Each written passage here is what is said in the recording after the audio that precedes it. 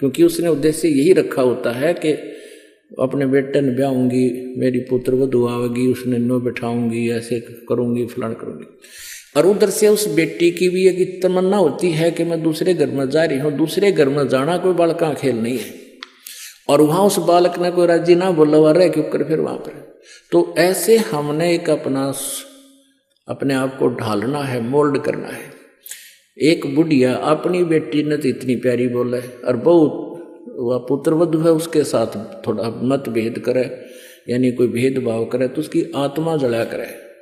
तो एक समझदार बात होती है, जैसे बेटी न रखे ऐसे अपने पुत्र वधू को रखे। ऐसे पुत्र वधू का कर्तव्य बनता है जैसे अपनी माँ से उसकी ममता है, नई माँ जो उसको प्राप्त हुई है, आगे जीवन उसके साथ है उसका। वहाँ तक 15, 20, 18 साल रही होगी और वहाँ आखिरी सांस तक रहना है। तो ऐसे हमने इस तत्व ज्ञान के आधार से अपने एक गृहस्थ जीवन को भी सुधारना है। तो यहाँ क्या बताते हैं,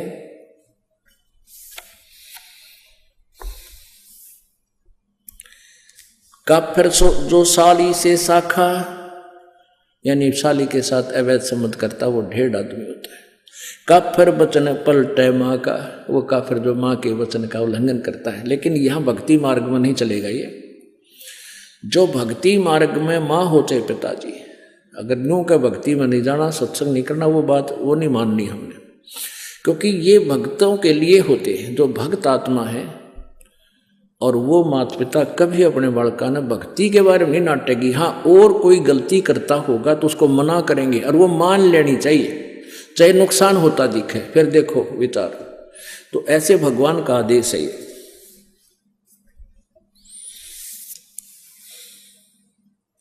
पूजे देई धाम को शीश लावे जोए, गरीबदास साची कहे हद काफिर है सोए। पूजे देई धाम को, इन देवता की तो देवी धाम है ना, पर अपने कोई कितना श्याम जी पूजा है, कोई कितना बनभोरी जा है, कोई बेरी आली में, कोई गुड़गामा आली या कोई और बना रखे हैं। कहते हैं पूजे देई धाम को और शीश हलावे जो, कहते हैं करके ऐसे, और गरीबदास साची के हद काफिर है सोए। वो महापापी है, महादुष्ट है। काफिर तोड़े बनज व्यवहारम, काफिर जो चोरी यारम। काफिर जो बनज व्यवहार यानी अपना जो किसी के साथ लेन देन कर रखा है, वो निकम्मी आत्मा, वो ढेड है, वो काफिर है जो व्यवहार में गड़बड़ करता है। वह काफिर जो तोड़े बनज व्यवहारम, काफिर तोड़े बनज व्यवहारम, काफिर जो चोरी यारम, जो चोरों के साथ दोस्ती करता है वो भी काफिर है। काफिर सो जो बाग उपाड़े, काफिर सो जो बिन सतनाम आधारम। ओह, काफिर सो जो बाग उपाड़म, काफिर सो बिन सतनाम आधारम। वो काफिर हैं जो भक्ति नहीं करते, और भक्ति भी सच्चे नाम की, यानी सत्य सही मंत्र की। आगे ना वही बात के ये जो भक्ति नहीं करते वो भी काफिर है। इस मनुष्य जीवन न के फूकांगे, चाहे राष्ट्रपति बन जावा, अकल न गधे बने पावांगे। तो कहते हैं वह काफिर है जो बाग उपाड़े, बाग ने नष्ट करे, और जो काफिर जो बिन सतनाम आधारम, वो काफिर हैं जिनके पास सच्चा नाम नहीं, चाहे वो भक्ति भी करते हैं। तो यहाँ आगे के जो भक्ति करने वाले माता पिता की आज्ञा का जो उल्लंघन करते हैं वो नालायक आदमी होते हैं। काफिर जो विद्या चुरावे, काफिर भैरो भूत पुजावे।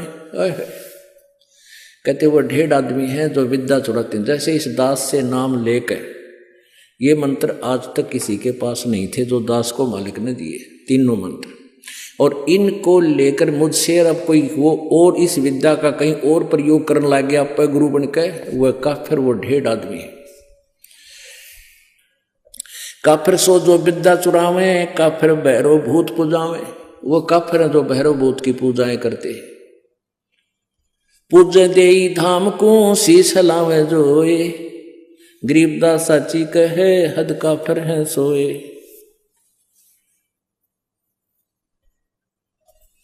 काफिर आन देव को माने, काफिर गुड़ को दूध है साने।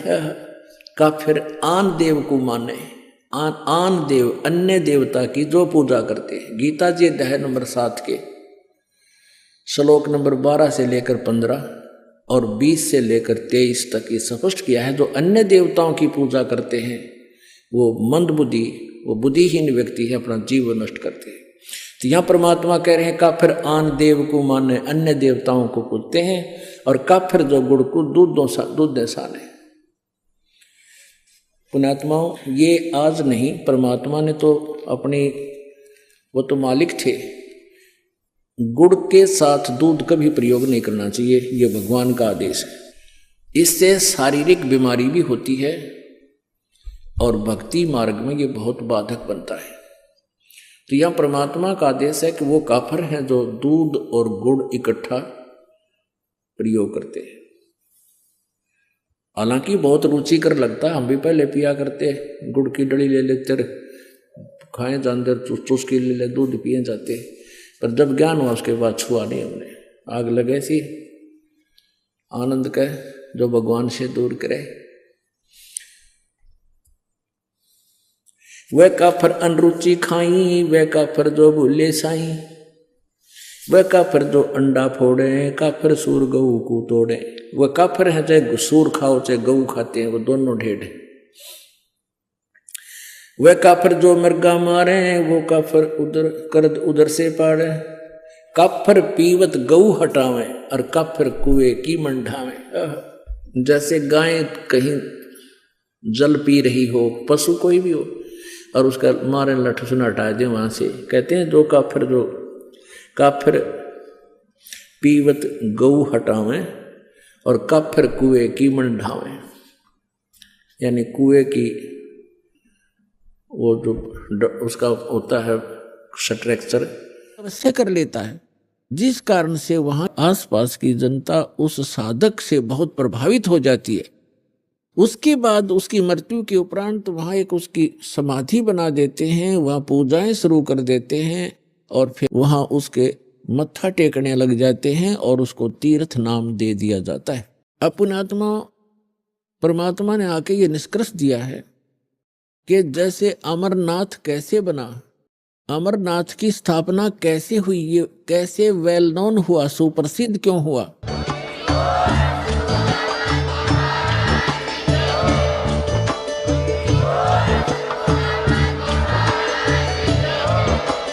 आप सुन रहे थे जगत गुरु तत्वदर्शी संत रामपाल जी महाराज जी के मंगल प्रवचन। अधिक जानकारी के लिए विजिट कीजिए हमारी वेबसाइट www.jagatgururampalji.org। संत रामपाल जी महाराज जी के शुभ आशीर्वाद से पूरे विश्व भर में 500 से भी ज्यादा नाम दीक्षा केंद्र हैं, जिन पर संत रामपाल जी महाराज जी द्वारा ऑनलाइन निशुल्क नाम दीक्षा दी जा रही है। अपने नजदीकी नाम दीक्षा केंद्र का पता करने के लिए संपर्क करें 8222880541।